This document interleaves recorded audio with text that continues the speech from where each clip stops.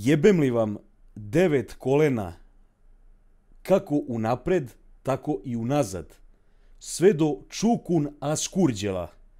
Majku vam jebem, te vam ne jebem majku, mrtvu. Usta.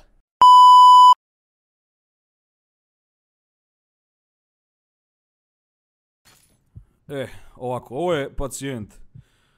Ja mislim da bi u ovom slučaju njemu najbolje bilo da pozove popa umjesto doktora. Odmah da rezerviše parcelu na Lešću, pošto ako te ja budem prijatelju operiso, neće se ti leba najesti, ja ti kažem.